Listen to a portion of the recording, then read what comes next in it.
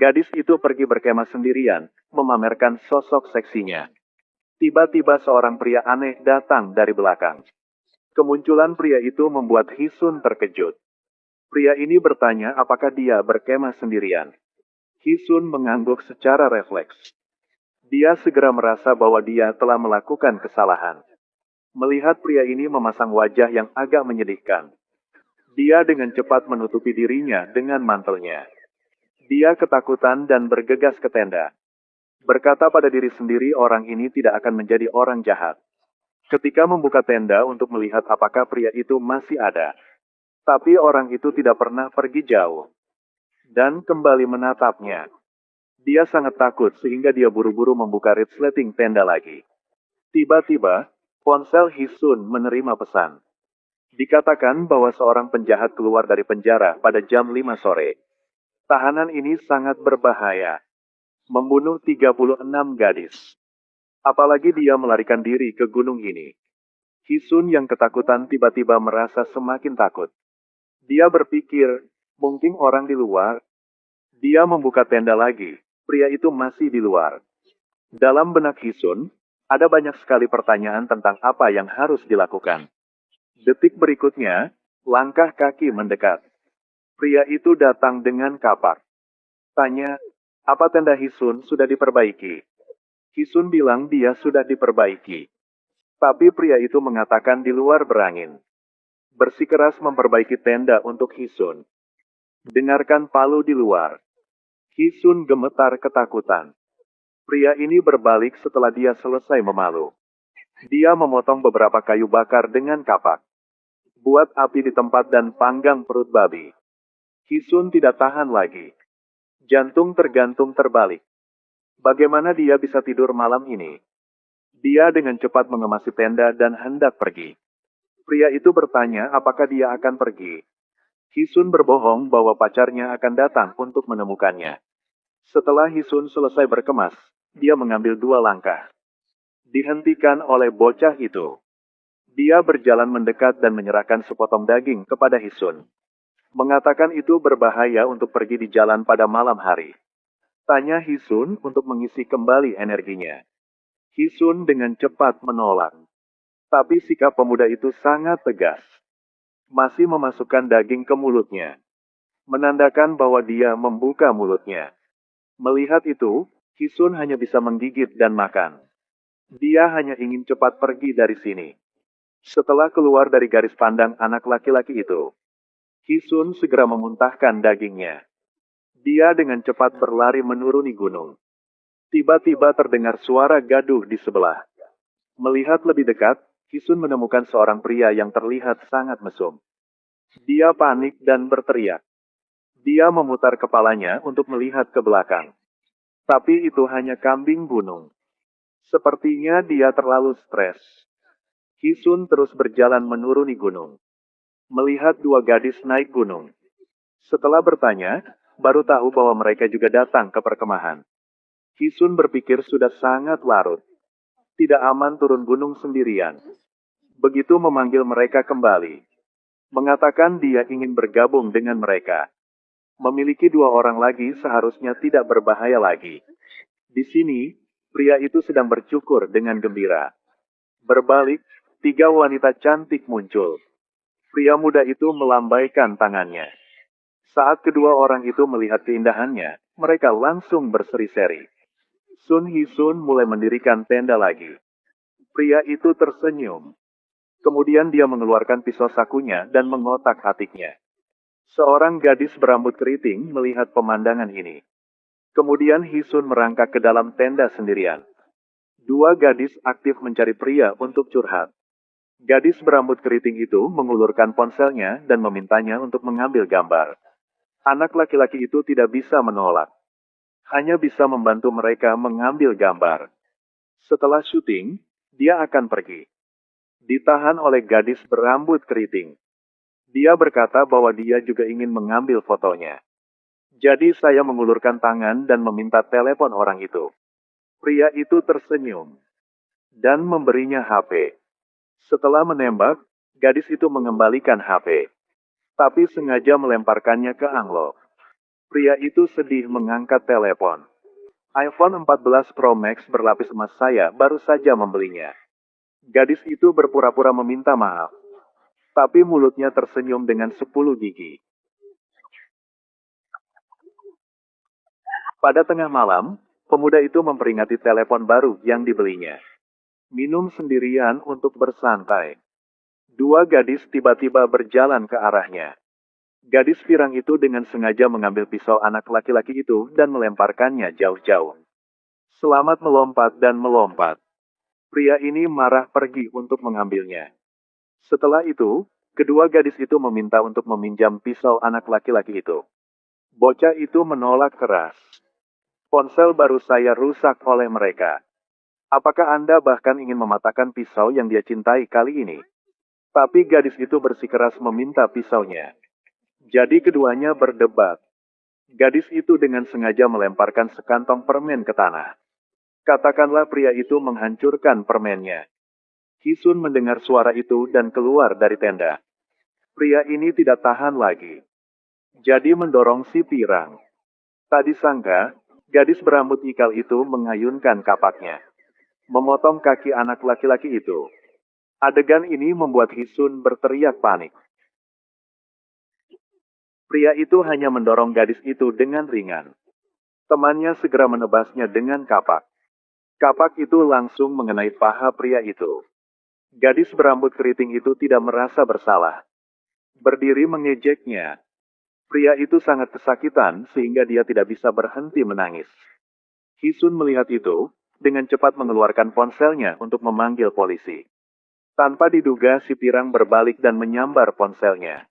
Kemudian letakkan di lock. Gadis berambut keriting itu mengangkat kapaknya. Hisun tidak berani bertindak tergesa-gesa. Kemudian, gadis berambut keriting itu menghancurkan ponsel Hisun. Pria di sebelahnya sangat ketakutan hingga dia hampir menangis. Hisun benar-benar marah. Dia melompat dan menjepit gadis berambut keriting itu ke tanah. Bermaksud melampiaskan amarah. Tanpa diduga, gadis pirang itu menjambak rambutnya. Tanpa berkata apa-apa, dia langsung menamparkan Hisun. Hisun yang malang. Hanya bisa berbaring di tanah dan menangis dengan sedihnya. Pada saat ini, dia mengangkat kepalanya. Gadis lain muncul. Dia adalah Jiyong, anak tertua dari dua gadis lainnya. Kemudian dia meminta gadis berambut keriting itu untuk meminta maaf kepada bocah itu. Pria itu tidak bersalah untuk terkena kapak tanpa alasan. Tentu saja, dia tidak akan memaafkan. Lalu, Jiyong memberinya sebotol pereda nyeri. Bocah itu dengan marah mendorong pergi. Ini benar-benar keterlaluan. Segera setelah itu, dia dipukuli lagi. Hisun tidak tahan lagi. Ingin menghentikan mereka.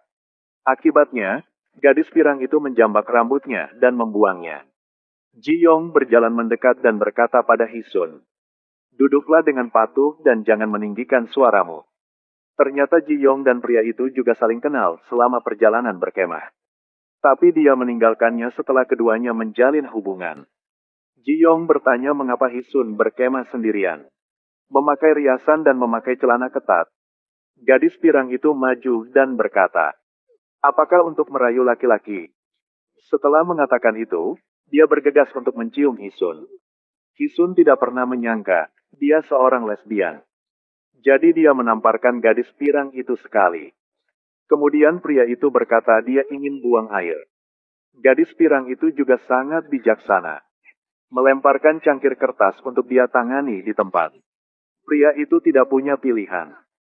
Hanya bisa mengambil cangkir kertas dan membalikkannya. Saat dia buang air, gadis berambut keriting itu berlari untuk berbicara. "Wow, terlalu kecil. Ini sangat kecil. Ini sangat menyakiti pria itu. Dapat mengatakan apapun yang inginkan, tetapi jangan mengatakannya itu kecil." Jadi dia melemparkan gelas air seni di tangannya langsung ke wajah mereka. Melihat reaksi kedua gadis itu, pasti sangat marah. Akibatnya, pemuda itu mendapat pukulan. Jiyong juga bergabung. Hisun melihat itu, segera meninggalkan tenda, diam-diam melarikan diri. Tapi saat melarikan diri, Dia tidak sengaja ditemukan oleh Ji Yong yang waspada. Jadi dia mengirim dua gadis lainnya untuk mencari Hisun. Mereka sangat licik. Sengaja membuat suara untuk menakut-nakuti Hisun.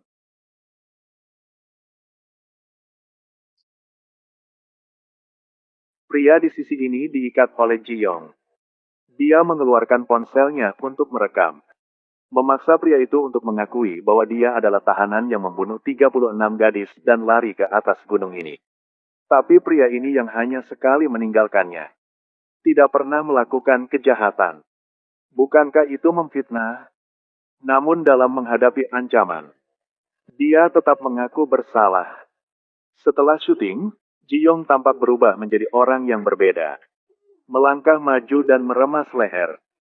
Keesokan harinya, Hisun juga tertangkap oleh kedua gadis itu. Mereka mengikat Hisun dan pria itu ke tanah. Setelah malam yang energik, gadis berambut keriting itu sudah kehabisan kesabaran. Dia mengambil panah dari tanah dan melemparkannya dengan keras. Pisau itu langsung mengenai mata pria itu. Seorang pria dan seorang wanita pergi berkemah sendirian. Diikat oleh tiga gadis aneh. Tiba-tiba sebuah belati terbang. Langsung tusuk ke mata pria itu. Namun, ketiganya tetap makan mie instan seolah tidak terjadi apa-apa. Ternyata mereka adalah sebuah organisasi. Ingin pergi ke pegunungan untuk menangkap buronan. Karena tahanan itu membunuh 36 gadis. Mereka mengira laki-laki di depan mereka adalah penjahat. Hisun berpikir dia hanya akan berkemah, tidak bersalah. Segera setelah makan dan minum, ketiganya segera berlari ke atas gunung untuk buang air.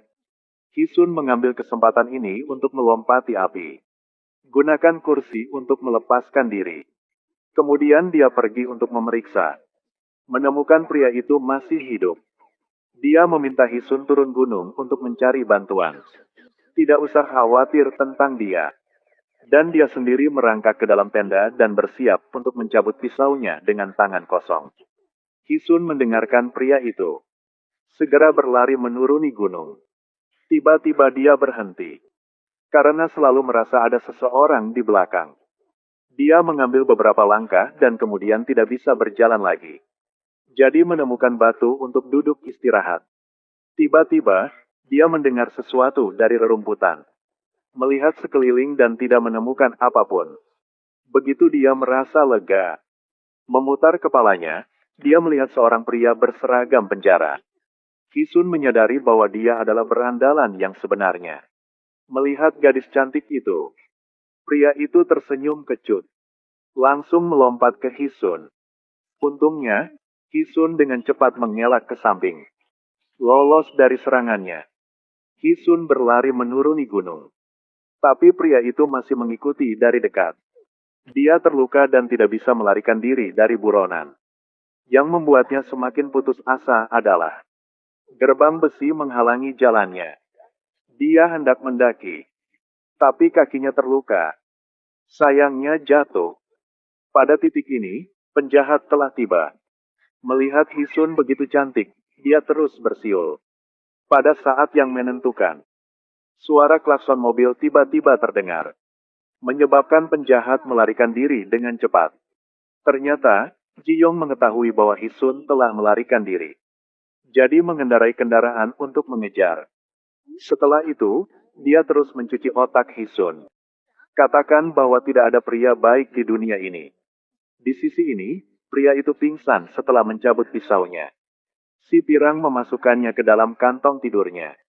Lalu mengeluarkan sebuah danau. Dipenuhi bebatuan. Akan melemparkannya ke danau. Pada saat ini sebuah batu jatuh ke dalam air. Kedua gadis itu berbalik untuk melihat. Penjahat itu muncul. Kedua gadis itu baru sadar. Orang yang ada di kantong tidur bukanlah penjahatnya. Ji Yong setelah melihat Hisun menuruni gunung. Segera mengeluarkan kartu nama dan mengundang Hisun. Bergabung dengan organisasi mereka. Menghukum orang yang melakukan kejahatan. Hisun menerima kartu nama. Mengatakan mereka adalah psikopat. Ini membuat Ji Yong menjadi marah. Dimarahi dan dimaki ingin memberinya pelajaran. Pada saat ini, berandalan itu dengan agresif mendekati kedua gadis itu. Kali ini dia belajar menjadi pintar, memegang kapak di tangannya. Kedua gadis itu bukan lawannya. Langsung terdorong ke tanah. Hisun dan Ji Yong juga berjuang keras. Pertarungan antara dua gadis dan berandalan di sisi ini bahkan lebih intens. Kedua gadis itu terlempar ke tanah olehnya pada saat bersamaan. Kemudian, menari gila-gilaan dengan mereka berdua. Pada saat ini, pria yang terluka itu sadar kembali. Melihat gadis pirang itu dipermalukan.